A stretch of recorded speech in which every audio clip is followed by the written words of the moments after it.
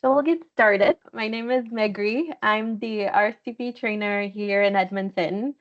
I'm covering for Serena today since she is off, so she'll be back next week with you all. We are going to get started with our discussion questions. Again, these discussion questions is the time for us to all chit chat and get to know each other and also share ideas and share opinions on certain topics that we will be covering. So please feel free to just say whatever on your mind. There's no right or wrong answer. I will not be saying what you said is wrong or what you said is correct. So just feel free to just chat with each other. I will try my best to not get involved because this section is just for everyone to just talk to each other. And then hopefully by the end, I could just do a little bit of a summary to what everyone has said and add on if there's anything else that's important to talk about.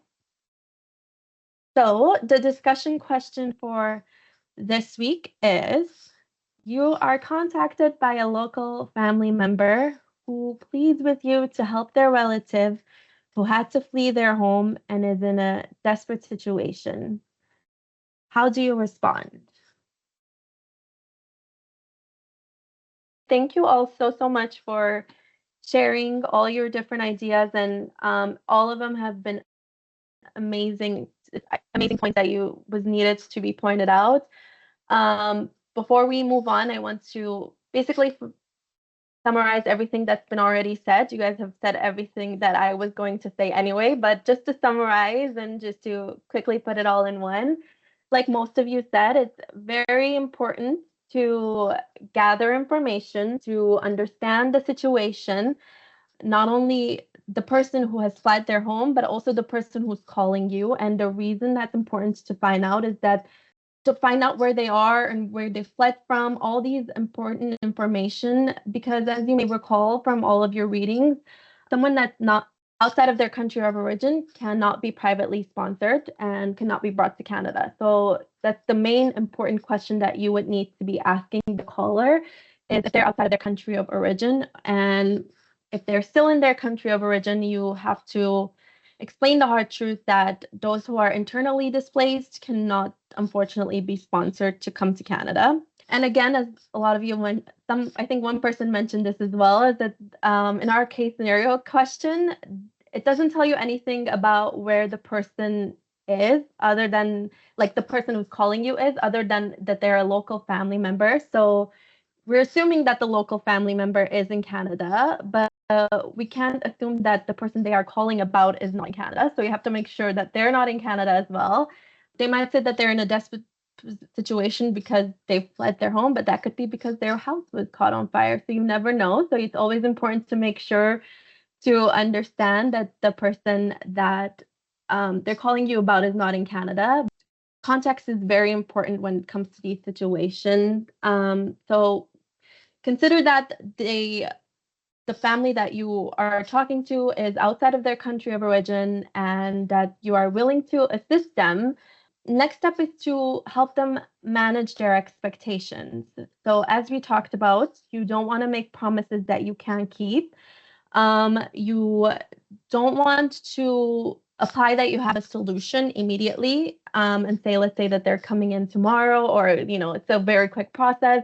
It's very important to let them understand that this, as we said, you would, as a sponsor, they would need to provide financial and settlement support for 12 months.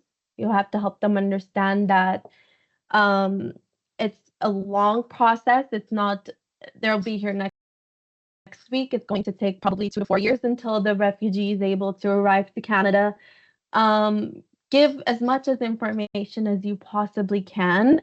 And as again, someone mentioned, that could be as far as you can go, is just providing them information. You should not be, if you cannot help them financially or in other cases, emotionally, and because you're busy, you have a busy schedule, that's okay. Sometimes it's enough to just provide them the correct information and guide them to the correct direction so that they have all the correct information they need before they even sign on to do the sponsorship process. Because as we said, it's quite a long process. It's a costly process. It's not an easy process whatsoever. So just helping them understand that is also just as important as providing settlement or financial support in the future.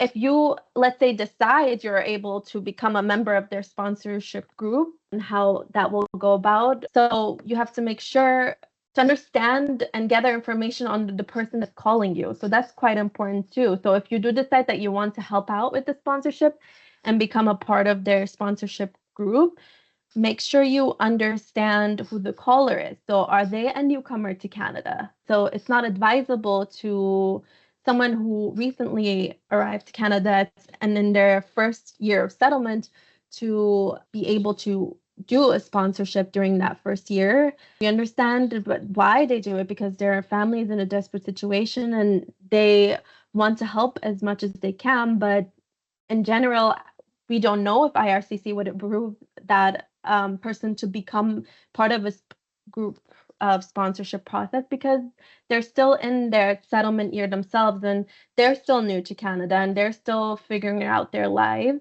But it's possible if they might show that they're able to integrate well. But chances are they have enough on their plate on their own as being new Canadians. So it might not be an ideal situation to have them part of the sponsorship group. So you have to also understand who you're working with, because at the end of the day, if you sign on to be part of a sponsorship group, you're signing basically a legal contract with the government saying that you will take care of the newcomer once they arrive to Canada for the whole first year, the minute they arrive to Canada. So it's quite a big responsibility, and you are signing a legal contract with the government to do that. So if you do not follow with that contract, you do face a lot of consequences that might affect future sponsorships. So it's very important to help them to work with the correct people when it comes to these sponsorship groups, because if one person, let's say, doesn't do their duties and their responsibilities, it might affect the whole group moving forward. So make sure you're working with a group that is well prepared to handle a sponsorship.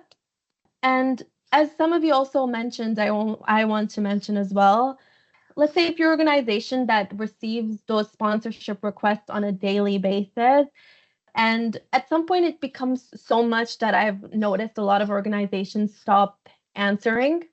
And I would like to also mention and challenge that view, is that you have to also put yourself in these people's shoes. They're in really desperate situations and wanting to get their family members to safety. So it would be quite easy to come up with a template email that says the same things in all the emails that you sent out, just so to make sure that their voices are being heard. And then someone, they empathize with them and they want to make sure that their voice is being heard, even though there's not much you can do. Sometimes just listening to them helps. So it's important to also, make sure that part, and just being able to listen and making them feel heard in the situation, if that's the most you can do, that's also a big part of it as well. So all of you mentioned all the points I mentioned. So thank you so much for sharing all your answers. It's been great. Okay, I will move on to the summary of Module 2, and then we can stay for more questions if people have it. I do want to get through this as well because it's quite important. So in Module 2, you learned about the Immigration and Refugee Protection Act, in IRPA for short, which is Canada's legal framework for the policies, the processes, and the protection of refugees from abroad and those who will make a refugee claim from within Canada. So the three major objectives of the IRPA are the economic development of Canada, uniting families, and protecting the refugees. You also learned about the different classes or streams of immigration to Canada, such as the economic class, the family class, and the refugee and humanitarian class. The PSR program is part of this category. You also learned that Canada sets annual targets for immigration, which limits the number of people that can resettle to Canada under each category in each year. So I know that Serena updated the immigration level plans in Module 2, Chapter 1 for you to show you the new numbers for 2025 to 2027. And as you can see from those numbers, the Canadian government has reduced the number of refugees and protected persons it plans to admit as PRs over the next 3 years. So the 2025 to 2027 plan cut the permanent residency number by 21% compared to last year's plan. So there's a major decrease in private sponsorship of refugees.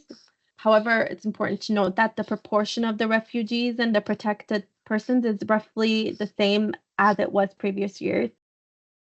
And you also learned that Canadian government works with the referrals partners they have to resettle refugees to Canada.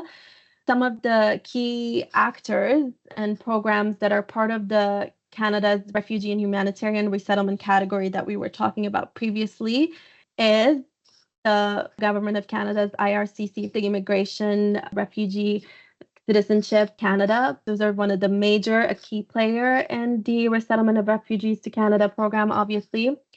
And as you are aware now, there are two different ways that refugees are referred to our government for inclusion in the Canada's refugee class immigration stream. One of them is the referral from the United Nations High Commission for Refugees, so the UNHCR. These are people who are referred by the UNHCR to the government so that they're able to settle in Canada. And they do this through the government assisted refugee program, and we will talk about this more in the next coming slide. So these are the GAR programs. And the other way to refer is through a group of private citizens and the permanent residents or status Indians for resettlement under the PSR program, which also includes the Rainbow Refugee Assistance Partnership. So this is a special initiative that's available for Canadians to support the resettlement of LGBTQ plus refugees.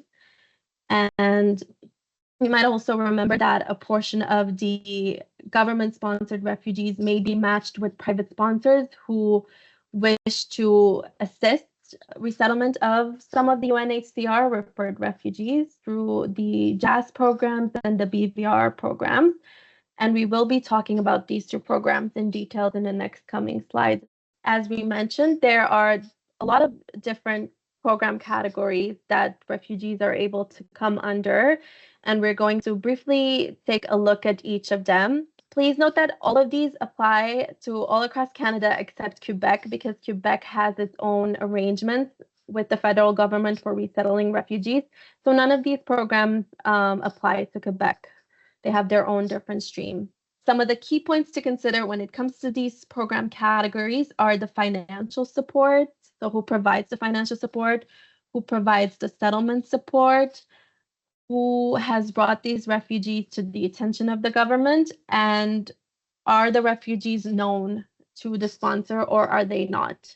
So let's start with the private sponsorship of refugees, which is our main focus. So Canada's private sponsorship of refugees program for the longest time was the only one. So in the past few years, a lot of countries taking cues from Canada have developed their own similar programs. Like countries like the UK, Ireland, Spain, New Zealand have, used Canada as an example to come up with their own similar programs in their own countries.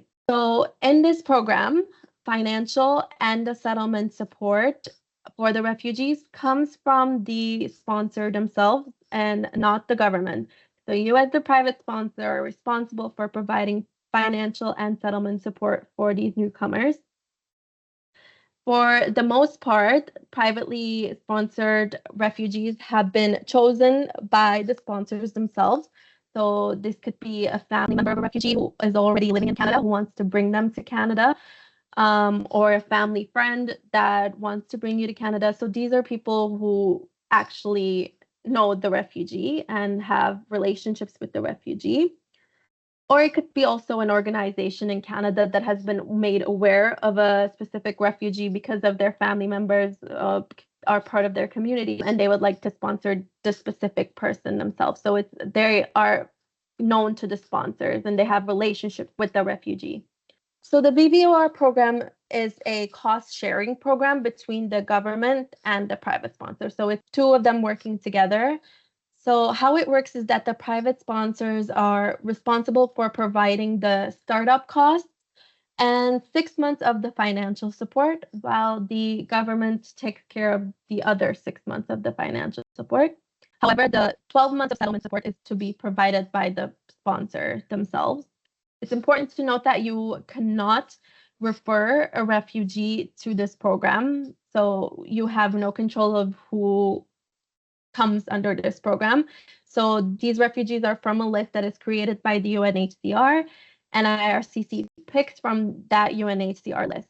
So the refugees are not known to the sponsor themselves. Also important to note that if you are a SAW, this does not require any allocations for your SAW. Third program we're going to talk about is the Rainbow Refugee Assistance Program. So again, this program is a cost-sharing program between the government and private sponsors to sponsor the LGBTQ plus community or anyone who has been persecuted because of their gender identity. So again, the government provides a startup cost and 3 months of financial support, and the private sponsor is responsible for the remaining 9 months of financial support and also 12 months of settlement support. The Rainbow Refugee Program does not require any additional SAL allocation spaces for the sponsorship agreement holder. And again, these are people who are not known to the sponsors because they come from the UNHCR list of refugees, and Canada picks from that list. Fourth program is the Joint Assistance Sponsorship, JAS for short. These who have special needs and require extra support because they have disabilities, they're victims of tortures or suffering from severe trauma, or they could also be very, very large families. This program is fully funded by the government. So initially, the refugees are provided with settlement support by government-funded RAP services through the SPOs, the settlement agencies throughout Canada. But after their initial settlement, private sponsors are responsible for providing the refugees with settlement assistance, which includes all sorts of emotional and social support. Once again, these refugees are picked from the UNHCR list. The UNHCR bring these cases to the attention of IRCC, or they may also be referred by a local IRCC officer after they arrive to Canada because, they've suffered from a lot of trauma or they're quite a large family and they need a lot of assistance. So after their arrival, an IRCC officer might say that this family needs,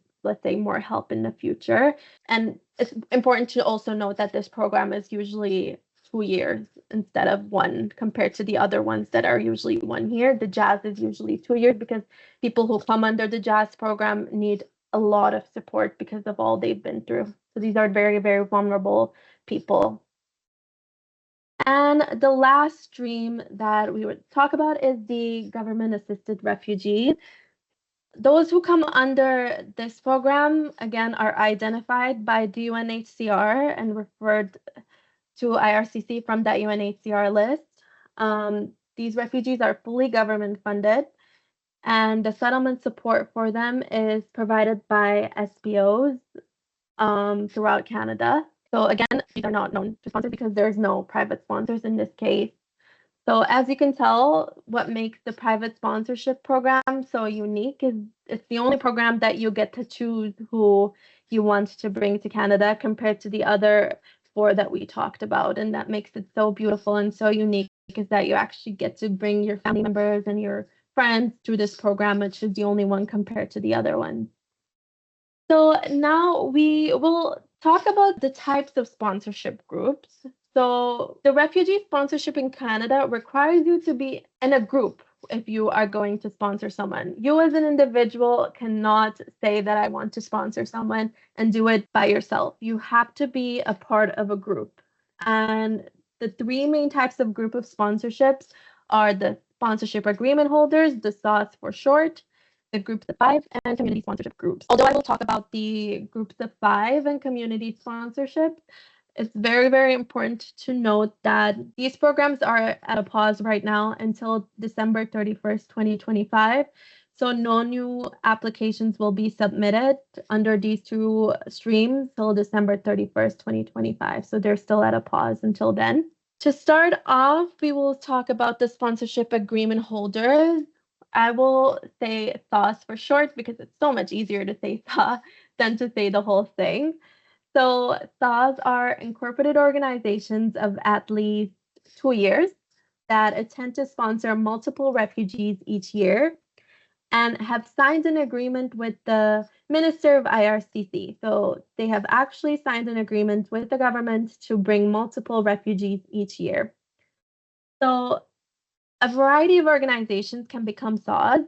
They could be faith-based organizations, they could be humanitarian organizations, they can be newcomer settlement agencies, they can be students, such as the World University Service of Canada, they're a SAW. They can be employment sectors like the Danby products in Ontario. So there are currently over 140 SAWs throughout Canada, except Quebec. And the majority of them are actually located in Ontario. That Ontario has the biggest number of SAWs in Canada. And you can actually find a list of all these organizations on the canada.ca website. So some SAWs partner up with groups called constituent groups or co-sponsors to sponsor refugees. So constituent groups generally have a pre-existing relationship with the sponsorship agreement holder. So, for example, the Mennonite Central Committee is a SAW. They have a membership of churches all across Canada that are considered their constituent groups. So, constituent groups typically engaged in multiple sponsorships over time, but they do it under the SAW's agreement. So they can't do it by themselves. The SAW has to sort of give them an allocation so that they are able to do the sponsorship. So if the SAW tells them that we don't have any allocations or spaces that we can give you this year, the constituent group cannot do a sponsorships by themselves without the SAW, because the SAW is the one that's giving them the space to do the sponsorship. And SAWs also work with co-sponsors.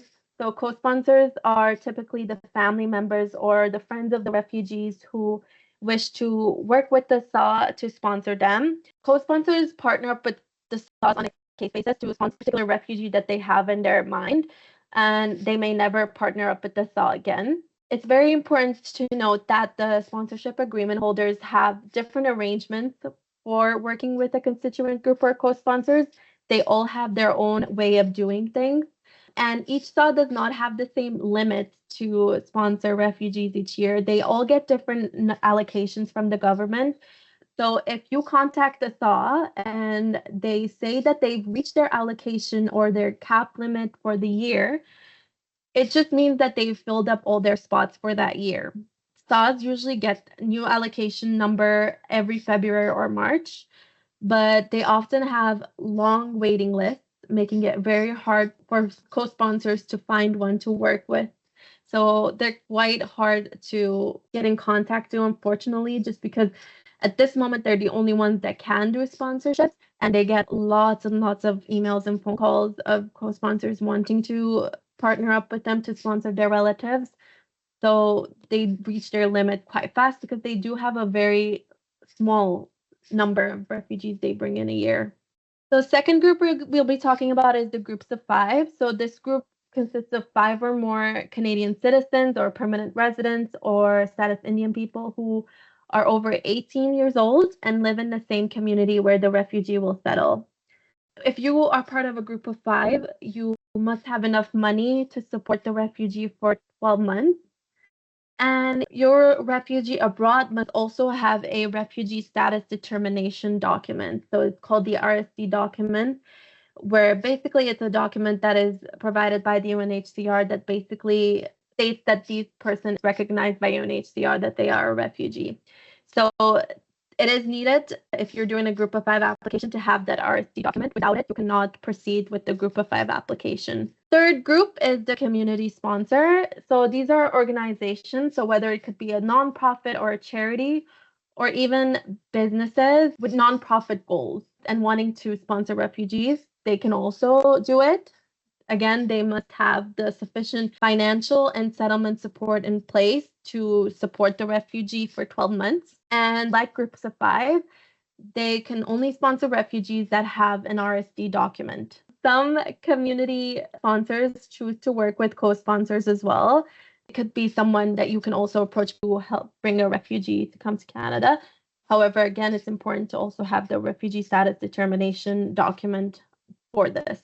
All of these three groups must make a commitment to provide financial support and settlement support to the refugees who they are sponsoring for 12 months after they arrive to Canada. And as I said previously, it's a legal contract that you are signing with the government that you are taking on the responsibility of supporting these newcomers for the first year.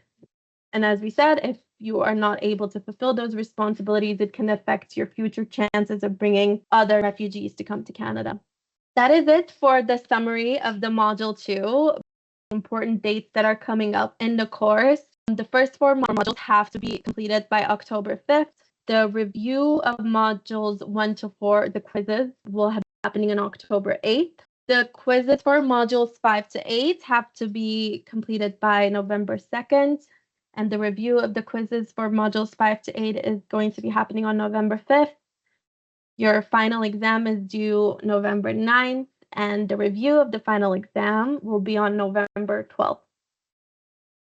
And that is it for the session. I will stay for questions as well if anyone has any.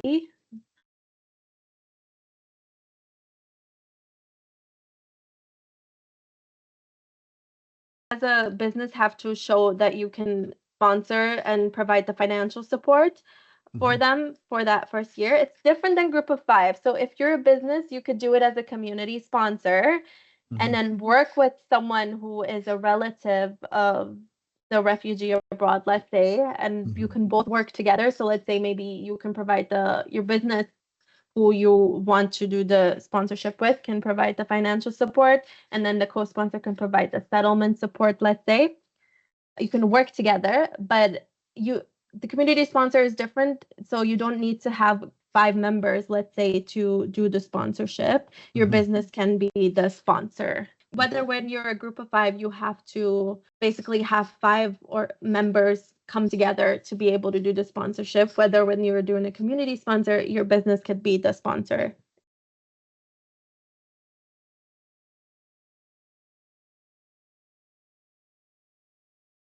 So this isn't an official course. The certificate we provide is not like an official sort of certificate to act as an immigration consultant, let's say. You can definitely help someone fill out the application. If they have any questions, you can always answer, but it's not an official certificate where you can use it as like an immigration consultant.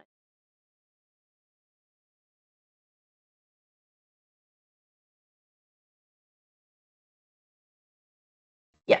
We're not sure if things will change in the future or not, but for now, that's how it is. And only the SAWs are able to sponsor people without the RSD document.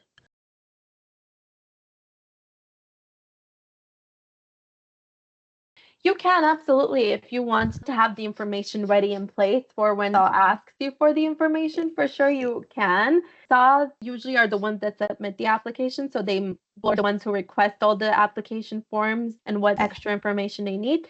But it doesn't harm anyone just to be prepared and so that it moves faster if you do reach to a SAW in the future.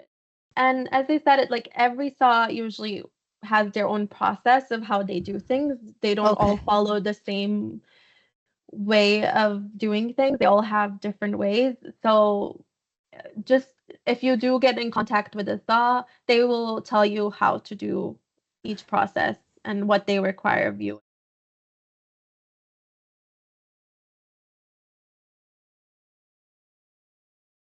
You can, but very important process of the sponsorship is to be in the same place of the refugee so that you can help them with the settlement support. You can reach out to constituent groups. So let's say churches of a national SAW that have little groups in Ottawa, let's say. That's a good point to mention, yeah, and see if they can take on the sponsorship. For sure, you can definitely do that.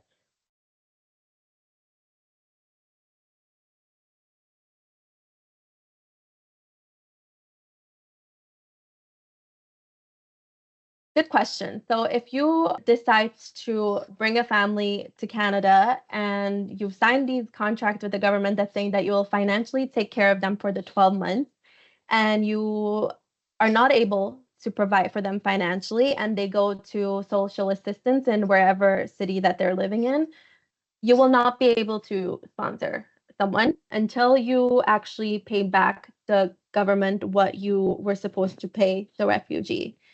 So you will not be able to sponsor again and not be part of a group of five until you are able to pay back the government what they paid to the refugee, basically. So it's very important to follow what you agree on with the government when it comes to the financial, especially the financial support.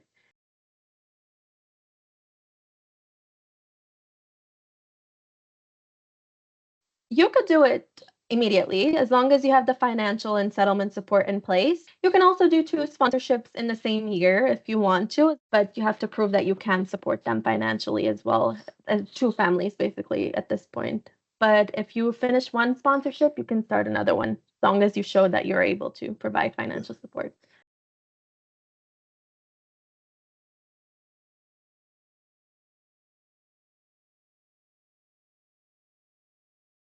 Yeah, so you would have to email Rocco and say that you would like to withdraw the application. Where are you located? In Ontario. So if you go to the rstp.ca website, under Contact Us, we have our local trainer in Ontario that can help you with the process of withdrawing the application if you want to. But you would have to email Rocco explaining the situation and to withdraw the application.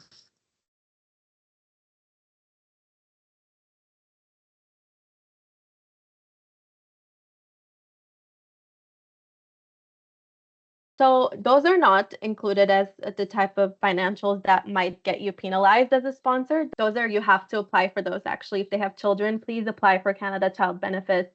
Please apply for the GST forms, even though they don't make any money in the first year. Just those are okay for you to apply for them. In fact, they're in the basically in the contract of you have to apply for those. What we mean when we say the financial support is applying for welfare. So they can't go on welfare because technically you as a sponsor are supposed to be taking care of them during that first year. So you would have to financially support them in terms of paying for their rent, in terms of providing food, clothing, shelter, bills, utilities, all these different things. You as the sponsor are responsible for financially supporting them. So that's what we mean. You can't go on social assistance. You can't be on welfare during that first year. However, Canada Child Benefits and GST forms, those are things that you actually have to help the refugees apply for within that first year. Thank you for mentioning that. That's a good point to bring up to everyone so that they understand that.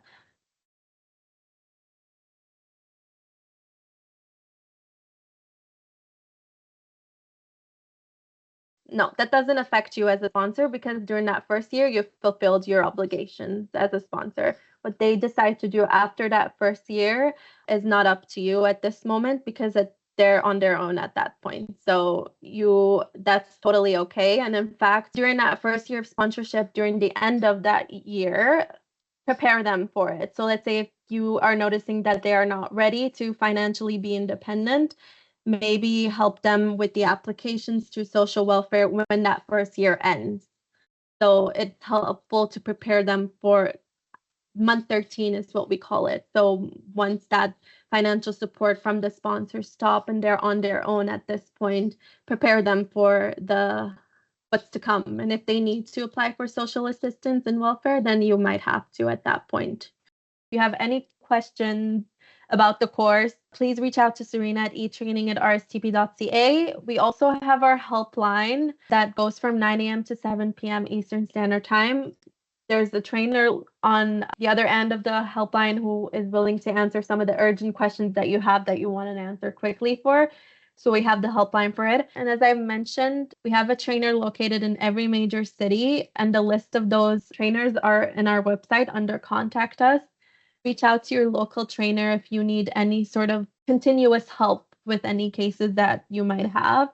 And thank you so much for joining and have a good rest of your day.